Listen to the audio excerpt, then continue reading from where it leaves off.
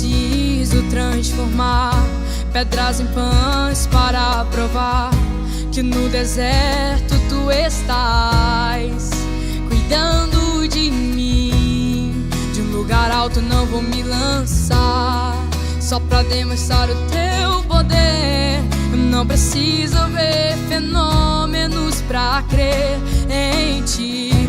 Não troco nossa comunhão pelo prazer de conquistar palácios, riquezas. Como um deserto isso vai passar, por isso resistindo estou. E quando as minhas forças se esgotar, o teu anjo vai me alimentar. Te adorar é o que sustenta-me de pé. Eu não vou perder a guerra. Te louvar em meio às tentações é mais que estratégia. Posso não ver o amanhã, mas hoje sei que esse deserto vai chegar ao fim. O Senhor está cuidando de mim. Eu não preciso transformar pedras em pães para provar que no deserto tu estás cuidando de mim. De um lugar alto não vou me lançar só pra demonstrar o teu poder.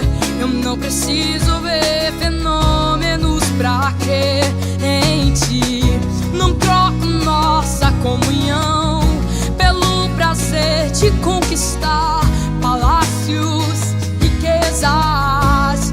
Como um deserto isso vai passar, por isso resistindo estou. E quando as minhas forças se esgotar, o teu anjo vai me alimentar.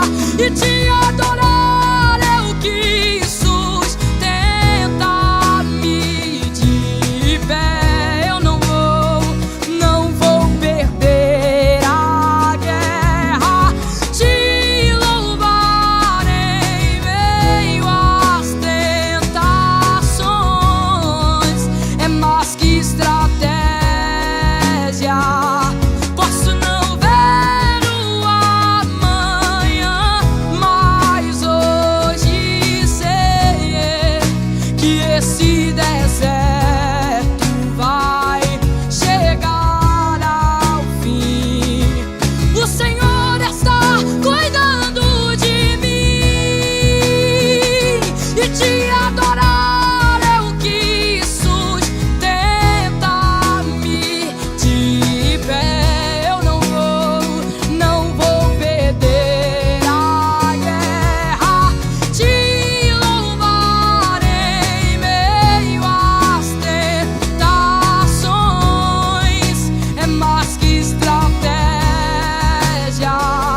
Posso não ver o amanhã, mas hoje sei que esse deserto vai chegar ao fim.